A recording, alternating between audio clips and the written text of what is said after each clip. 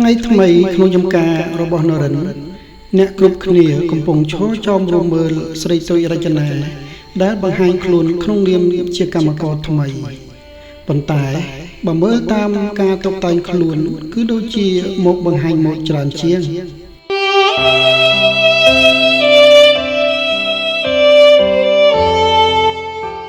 កញ្ញារូបស្រស់ពាក់អាវយឺតដៃវាលពណ៌សស្លៀកសម្ពួតអៀមវែងត្រឹមកជើងពណ៌ផ្កាឈូកស្រស់និងស្បែកជើងប៉ាតាពណ៌សកៃខ្ពស់មួយគូថែមទាំងមានមួកធំពណ៌ត្នោតនៅពីលើក្បាលទៀតផងនរិនលើកដៃច្បូនមុខខ្លួនឯងខណៈឈរសម្លឹងមើលរចនាតាំងពីក្បាលរហូតដល់ចុងជើងព្រោះរំខានចិត្តនឹងនាងតូចពេញត្មឹងហើយអ្នកកំឡោះច្រត់ចង្កេះនិយាយទៅកាន់នាងដោយសំឡេងកំណាចដូចសពដង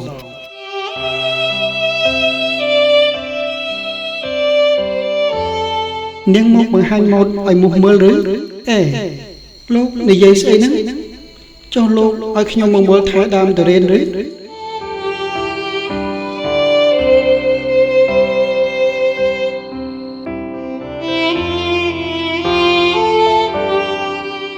ល្អហើយ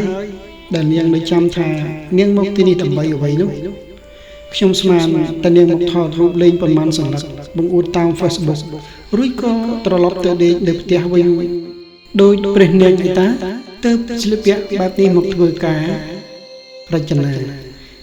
តាមធម្មតាខ្ញុំស្លៀកពាក់បែបនេះឯង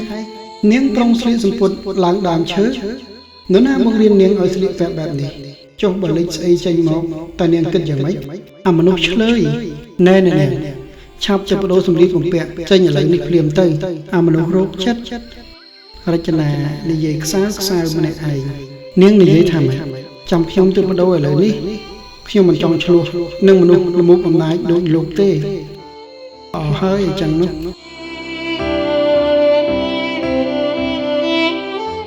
រចនាត្រឡប់ទៅផ្ទះស្នាក់វិញដើម្បីបដូរសម្លៀកបំពាក់ថ្មីប្រហែល15នាទីក្រោយមកនាងក៏បានត្រឡប់មកចំការវិញទាំងទឹកមុខមិនរីកសោះក្នុងចិត្តរបស់រចនាកំពុងអោបភ្លើងកំហឹងស្ទើរផ្ទុះចេញមកក្រៅទៅហើយប៉ុន្តែនាងព្យាយាមលាក់ទុកដើម្បីកុំឲ្យកើតរឿងវែងឆ្ងាយព្រោះអនាគតសន្តាគាររបស់នាងគឺផ្ញើលើកណ្ដាប់ដៃរបស់នាងហើយនៅពេលដែលរចនាដើរមកដល់ចំការក៏ឃើញសាក់ឈររងចាំនាងនៅមុខផ្ទះរបស់នរិននាងក្រឡេកមើលឆ្វេងស្ដាំបន្តិចតែមិនឃើញអ្នកកំឡោះនៅក្បែរនេះឡើយសាក់ឃើញដូច្នេះក៏ប្រញាប់ទៅសួររចនាភ្លាម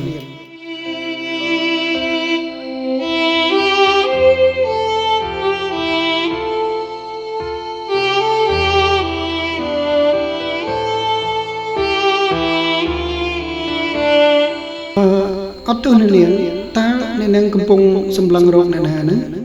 គឺខ្ញុំរកមើលរចនាហៀបនឹងឧទានឈ្មោះនរិនទៅហើយតែក៏អាក់ទៅវិញព្រោះមិនចង់ឲ្យសាក់ដឹងថានាងកំពុងសម្លឹងមករកមើលម្ចាស់ចំការរបស់គេឡើយខ្ញុំកំពុងរកមើលអាត្នោតតើវានៅដែរឬទេអាត្នោតកម្មករនៅទីនេះគ្មានឈ្មោះអាត្នោតទេអ្នកនាងអាត្នោតគឺមិនមែនមនុស្សទេមិនមែនមនុស្សអញ្ចឹងមានតែខ្មោចតើអ្នកនាងបានជួបខ្មោចមែនឬទេទៀនអាត្នោតមិនជាខ្មោចទេអាត្នោតដែលខ្ញុំចង់រកនោះគឺកូនឆ្កែដែលនៅផ្ទះនេះតើវានៅឬទេកូនឆ្កែអូ តែនាងចង់សំដៅលើអាកូកាឆ្កែរបស់លោកនរិនតែមែនទេកូនឆ្កែដ៏គួរឲ្យស្រឡាញ់ក្បាលនោះឈ្មោះអាកូកាបាទលោកនរិនជាអ្នកដាក់ឈ្មោះឲ្យវា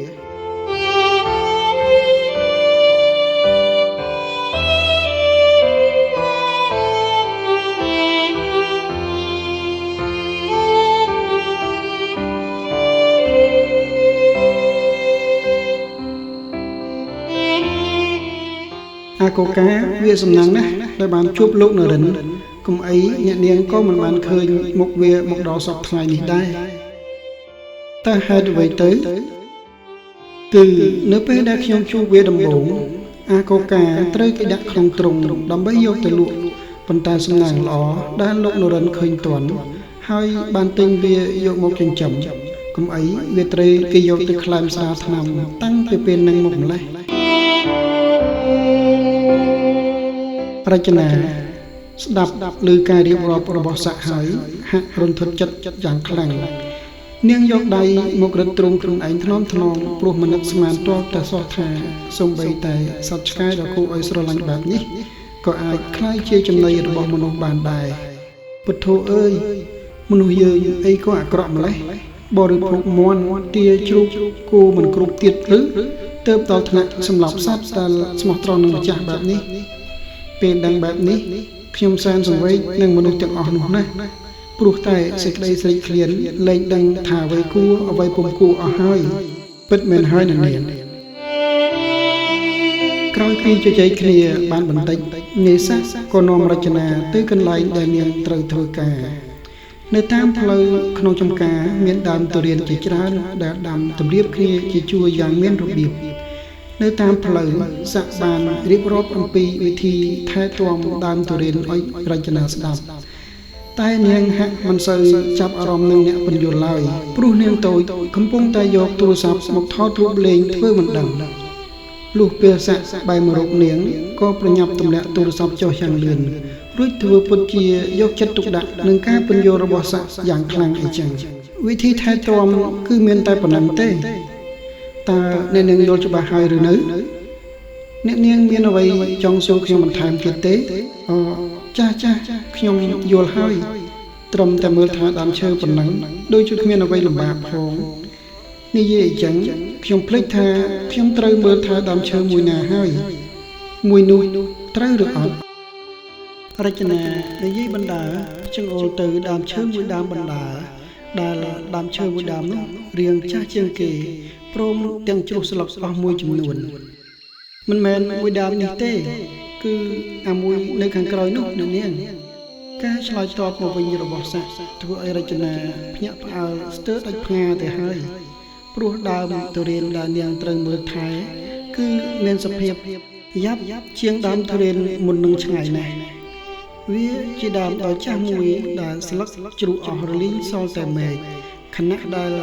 ដើមមើលទៅខ្សោះទឹករោគតែថ្ងៃដួលរលំប៉ុណ្ណោះតើនាងត្រូវមកមើលថែដើមទុរេនដែលរងចាំតែថ្ងៃដួលបែបនេះបានដោយរបៀបណាទៅ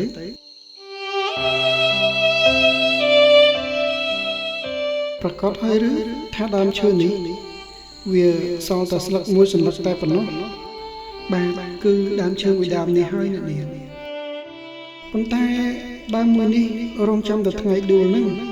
តើខ្ញុំអាចមើលថែវាបានយ៉ាងម៉េចទៅលោកនរិនផ្ដាំមកថាគាត់ផ្ដាំមកថាម៉េចខ្លះខ្លួនទីពឹងខ្លួនបើអ្នកនាងធ្វើឲ្យវារស់មិនបានទេដល់ពេលនោះសន្តាគាររបស់អ្នកនាងក៏មិនអាចសាងសង់បន្តទៀតបានដែរខ្ញុំសូមលាសិនហើយអ្នកនាងឈប់សិន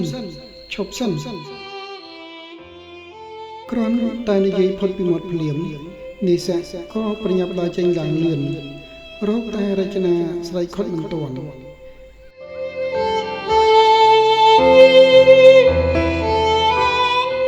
នាងក្រមុំឈរជាប់ចង្កេះហើយសម្លឹងមើលដើមទុរេនដោយទឹកមុខអស់សង្ឃឹមតើខ្ញុំគួរមើលថែឯងដោយរបៀបណាទៅដើមទុរេនអើយតើឯងអាចជួយប្រាប់ខ្ញុំបានឬទេ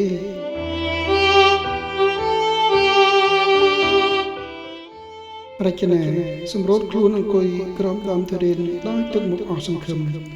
ភ្លាមនោះនាងស្រាប់តែប្រទះឃើញជីមួយបាវដែលទុកចោលនៅក្បែរនោះពន្លឺមួយក៏បានលេចឡើងនៅក្នុងខួរក្បាលរបស់នាងមួយរំពេចត្រូវហើយដើមឈើត្រូវការជីរចនាអើយឯងមិនក៏ឆ្លាតខ្លាំងម្ល៉េះរចនាស្ទុះក្រោកឡើងហើយរត់ទៅអូសជីមួយបាវនោះមកចាក់ជុំវិញគល់រួចក៏ស្រវេស្រវាយកចបជីដាក់សាក់ទុកឲ្យនាងនៅក្បែរនោះមកកាយដីដើម្បីដាក់កប់ជីឲ្យបានស្អាតគ្រាន់តែមើលដើមឈើមួយដើមគ្មានអ្វីលំបាកចំពោះរចនាឡើយខ្ញុំឃើញប៉ាម៉ាក់មើលថែសួនផ្កាបែបនេះរហូតហ្នឹងមិនយូរទេដើមទុរេនចាស់នេះនឹងដុះស្លឹកឡើងវិញរួចក៏មានផ្កានិងផ្លែដល់ពេលនោះទុរេនធំខ្ញុំនឹងបេះវាយកទៅគប់ចំក្បាលអាតពេមុខស្វាព្រៃនោះឲ្យភ្លឺភ្នែកតែម្ដងចង់មើលងាយកូនស្រីពៅត្រកូលភូមិន្ទវាមិនងាយស្រួលដល់ម្ដងទេរចនាធ្វើការបណ្ដាលើកសរសើរខ្លួនឯងបណ្ដាព្រមទាំងរំលេចស្នាមញញឹមស្រស់ដោយសេចក្តីសុខចំពោះជ័យជំនះរបស់ខ្លួនស្រីតូចខំកាយដីក្រោមដើមទុរេនចុះឡើងរហូតដល់ល្ងាចទើបរួចរាល់ព្រោះជីមួយបាវធំដែលនាងបានប្រទះឃើញនោះគឺនាងបានចាក់ទាំងអស់ដើម្បីឲ្យដើមទុរេនឆាប់រស់ឡើងវិញនាងប្រុងដាំថ្ងៃនេះហើយប្រមូលផលនៅថ្ងៃស្អែកតាមមែនឬទេក្រោយពីដាក់ជីរួចស្រីតូចបានប្រមូលសម្ភារៈយកទៅទុកនៅកន្លែងដើមវិញរួចបោះដៃយ៉ាងស្អាតហើយបានមកឈរចប់ចង្កេះសម្លឹងមើលទៅស្នាដៃរបស់ខ្លួនដោយមានមោទនភាព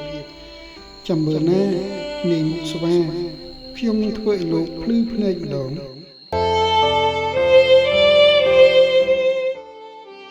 រចនាបានត្រឡប់ទៅផ្ទះស្នាក់របស់នាងវិញដើម្បីសម្អាតកាយដែលប្រឡាក់មុននឹងទទួលទានអាហារពេលល្ងាចហើយចូលសម្រាកបើមើលទៅសភាពរបស់នាងនៅពេលនេះប្រហែលជាហត់ខ្លាំងណាស់ហើយទើបតែដាក់ខ្លួនលើពូកភ្លាមនាងក៏កេងលក់ផ្លែតតាំងពីក្បាលប្រលប់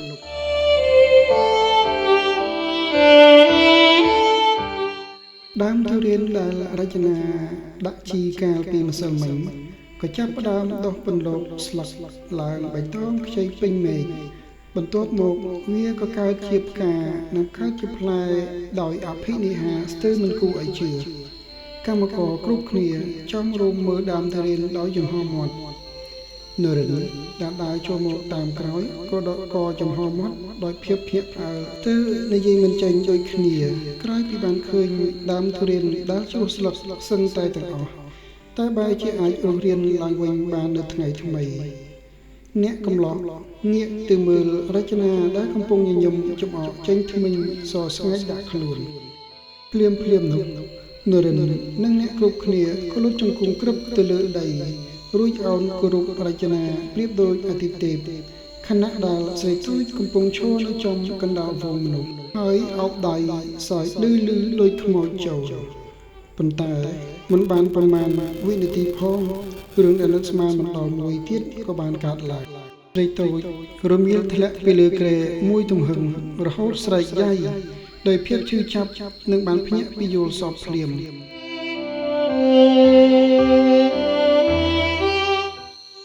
ពធអើយយល់សពសោះ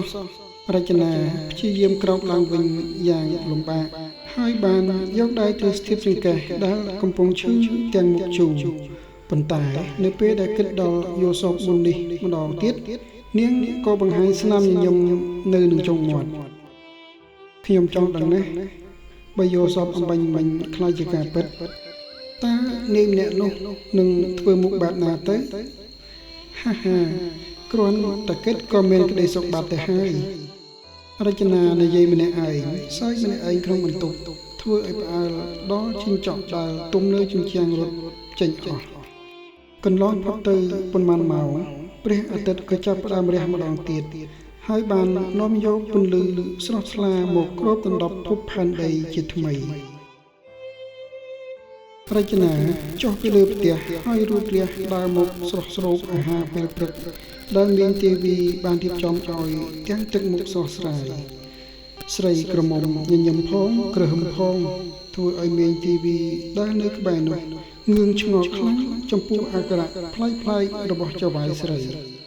មើលទៅអ្នកនាងថ្ងៃនេះដូចជាអារម្មណ៍ស្រស់ស្រាយចម្លែកយប់មិញខ្ញុំចូលសពល្អណាស់នេះទើបភ្ញាក់ឡើងក៏មានអារម្មណ៍ល្អតាមនឹងដែរទៅយល់សពបានឃើញគូព្រេងឬអ្នកនាងគូព្រេងគូព្រឹត្តអីទេមីងអត់មានទេគ្រាន់តែយល់សពធម្មតាដែលជួយឲ្យអារម្មណ៍ស្រស់ស្រាយតែប៉ុណ្ណឹងឯង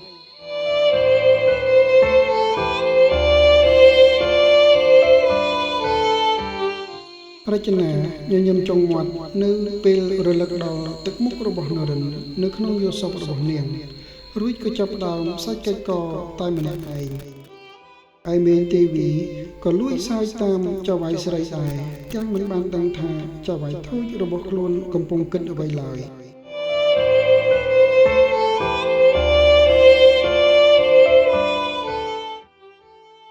ខណៈនោះសំណាញ់របស់នាងក៏ត្រូវបានកាត់ផ្ដាច់ដោយសារតែកូការត់ចូលមកធ្វើឲ្យនាងរៀងភ្ញាក់បន្តិចវងអាកូកាគ្រាន់តែឃើញរចនាភ្លាមក៏ស្រាប់តែព្រោះយកហាក់ដូចជាចង់ប្រាប់រឿងអ្វីម្យ៉ាងដល់នាងមីងវីវីនិងរចនាបានត្រឹមតែធ្វើភ្នែកភ្លឺព្រោះមិនយល់ភាសាសត្វតើឯងកើតអ្វីនឹងអាកូកាវាឃ្លានតិចដឹងនាងវងម្ដងនេះអាកូកាមិនត្រឹមតែស្រែកព្រោះប៉ុណ្ណោះទេថែមទាំងរត់មកចិត្តរចនានឹងបានខំទាញចុងអាវរបស់នាងហើយក៏រត់ចេញទៅក្រៅបាត់ទៅ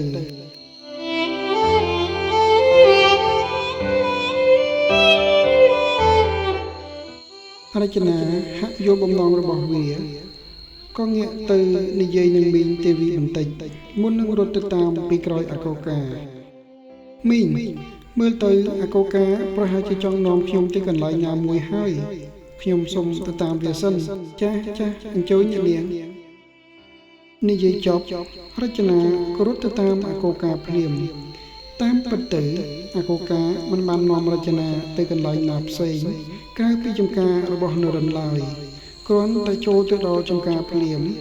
រចនាឃើញកម្មករជាច្រើនកំពុងចំរំមើលដើមទុរេនដែលនាងបានថែទាំកាលពីម្សិលមិញរូបភាពបែបនេះធ្វើឲ្យរចនាគិតដល់យល់សពកាលពីយប់ស្នាមញញឹមក៏លេចឡើងលើផ្ទៃមុខរបស់នាងសាជាថ្មីឬមួយក៏យល់សពកាលពីយប់មិញខ្លាចជាការពិតមែនកុំប្រាប់ឲ្យសោះថាដើមឈើដែលជិតងាប់កាលពីម្សិលមិញនឹងពិតជាដុះស្លឹកឡើងវិញដោយយល់សពរបស់ខ្ញុំមែនណាភ្លាមនោះនរិនក៏បានបង្ហាញខ្លួនឡើងក្នុងចំណោមវងមនុស្សនៅពេលឃើញវត្តមានតួអង្គសំខាន់បែបនេះរចនាក៏លួចសើចបន្តិចព្រោះទឹកមុខរបស់នាយនៅពេលនេះមិនខុសពីក្នុងយល់សពកាលពីយប់មិញឡើយគឺកំពុងដកកចំហមាត់ធំស្ទើរតែអាចដាក់អាកូកាចូលបានទៅហើយ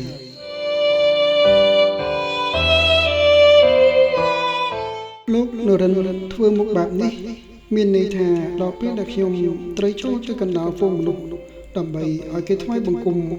តើត្រូវឬអត់រចនាលួចសើចម្នាក់ឯងតិចសាជាថ្មីមុននឹងបោះជំហានចូលទៅក្នុងហ្វូងមនុស្សដោយភាពក្លាហាននិងមានអាកូការត់ត្រុកពីក្រោយផងដែរស្របពេលដែលនរិនកំពុងសម្លឹងមុខនាងដោយកៅភ្នែកធំដល់កំណាចកៅភ្នែកពិឃាតរបស់អ្នកកំឡោះម្ចាស់ចំការបែរជាធ្វើឲ្យរចនាចាប់ផ្ដើមមានអារម្មណ៍មិនល្អព្រោះអ្វីគ្រប់យ៉ាងហាក់មិនដោយការយល់សប្តិរបស់នាងទាល់តែសោះមកដល់ហើយឬអ្នកនាងជើងល្អគ្រាន់តែឃើញរចនាដើរមកគៀកនឹងខ្លួនភ្លាមនរិនក៏បន្លយសម្ដីមួយឃ្លាដាក់នាងផ្លែតដោយមិនបង្អង់យូរនាងបានធ្វើអ្វីខ្លះកាលពីម្សិលមិញតើមាននឹងខ្លួនឬទេម្សិលមិញខ្ញុំបានធ្វើតាមអ្វីដែលលោកបញ្ជានោះអីខ្ញុំបញ្ជាឲ្យធ្វើអ្វីខ្លះនាងនិយាយមកមើលលោកប្រាប់ខ្ញុំឲ្យថែទាំទុរេនមួយនេះរចនានិយាយបណ្ដាចង្អុលទៅកាន់ដើមទុរេនដែលស្ថិតនៅក្បែរខ្លួនបណ្ដា តែនាងក៏អាចសម្ដីពាក់កណ្ដាលទីក្រោយពីបានឃើញសភាពដ៏គួរសង្វេគរបស់ដើមទុរេនដែលនាងខំប្រឹងដាក់ជីកាលពីម្សិលមិញនេះឬការថែទាំរបស់នាងខ្ញុំបញ្ជានាងធ្វើឲ្យវារស់មិនមែនមកបង្ហើយឲ្យវាឆាប់ងាប់ដូចពេលនេះទេប៉ុន្តែខ្ញុំបានដាក់ជីឲ្យវារួចហើយដាក់ជីស្អីនាងគឺដាក់ជីដែលទុកចោលនៅក្បែរដើមទុរេននឹងហើយខ្ញុំបានដាក់ជុំវិញគល់ច្រើនណាស់គួរណាស់តែរស់ឡើងវិញខ្ញុំមិនយល់ថាហេតុអ្វីទើបវាស្រាប់តែងាប់បែបនេះទេចំជាល្ងងមែនលោកថាឲ្យនរណាខ្ញុំថាឲ្យនាងនឹងហើយតាំងពីកើតមកខ្ញុំមិនធ្លាប់ឃើញអ្នកណាឆោតដូចនាងឡើយជីដែលគេទុកចោលមិនប្រើការនាងបែរជាយកមកប្រើនាងមិនដឹងទេថាជីទាំងនោះខូចប្រើការប្រមាណអូខ្ញុំមិនដឹងទេបើមិនដឹងហេតុអ្វីមិនចេះហៅមាត់សួរនាំអ្នកដែលគេដឹងទៅឬនាងគិតថាខ្លួនឯងពូកែខ្លាំងដល់ថ្នាក់អាចដោះស្រាយគ្រប់បញ្ហាបានឥឡូវមើលចុះតើនាងឃើញលទ្ធផលនៃភាពល្ងងខ្លៅរបស់នាងដែរឬទេត្រឹមដើមឈើមួយដើមសោះនាងមិនទាំងដឹងផងថាត្រូវថែទាំបានដោយរបៀបណាចំណងបើមនុស្សរាប់សិបនាក់ដែលស្ថិតក្រោមការគ្រប់គ្រងរបស់នាងនៅថ្ងៃអនាគតតើនាងនឹងដឹកនាំជីវិតរបស់ពួកគេឲ្យរីកចម្រើនដោយរបៀបណាទៅបើមានអ្នកគ្រប់គ្រងល្ងីងឿដូចនាងសន្តាគារនោះមិនបាច់សាងសង់បន្តនាំទៅខាតប្រាក់ទេព្រោះមិនយូរមិនឆាប់គង់តែដួលរំទៅវិញមិនខានហ្នឹង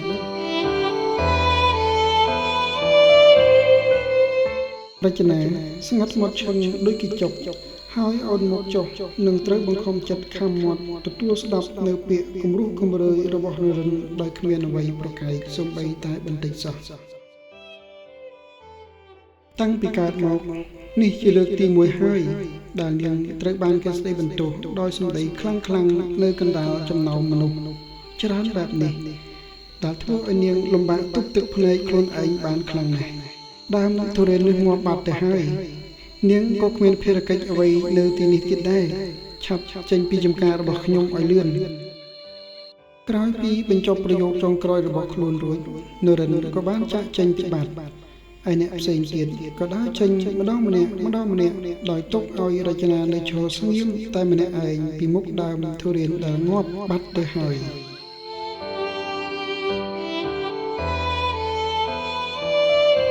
ទីបំផុត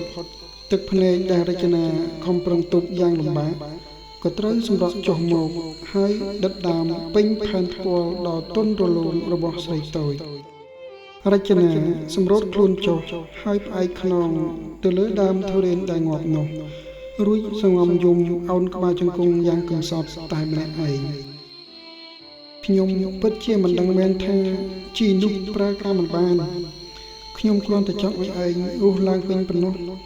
ប៉ុន្តែខ្ញុំបែរជាធ្វើឲ្យឯងងាប់ទៅវិញខ្ញុំសុំទោសផងណាដើមទុរេន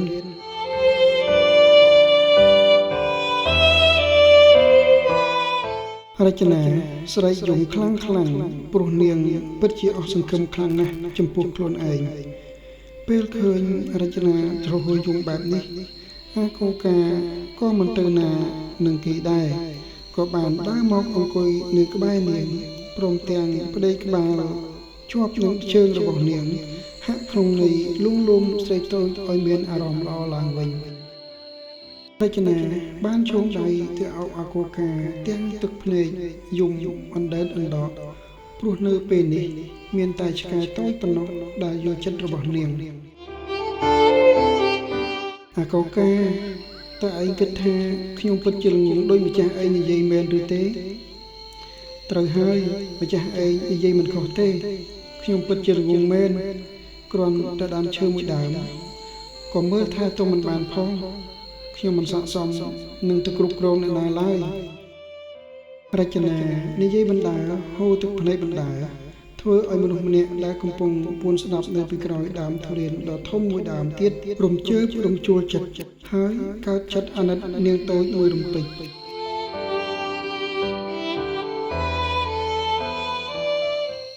ពិតទៅនរិនក៏មិនបានទៅណាចោលនាងទេនេះគ្រាន់តែធ្វើជាចាក់ចេញបន្ទាប់មកក៏ឈរចាំមើលនាងនៅក្បែរនោះនរិនហាក់នឹកស្ដាយក្រោយដែលខ្លួនបានប្រើពាក្យសម្ដីធ្ងន់ធ្ងរដាក់នាងខ្លាំងពេកទាំងដែលខ្លួនបានដឹងទៅហើយថាក្មេងស្រីម្នាក់នេះគឺជាអ្នកទីក្រុងមិនធ្លាប់កាន់ចបជីកសំបីតែបន្តិចណាឡើយក្រោយព្រះយមអស់មួយសន្ទុះរចនាក៏បានដើរត្រឡប់ទៅផ្ទះវិញដោយមានអាកូកាជាអ្នកនាំផ្លូវហើយនរិនក៏បន្តសង្កេតមើលដំណើរនាងពីក្រោយរហូតដល់នាងចេញផុតពីចំការទៅ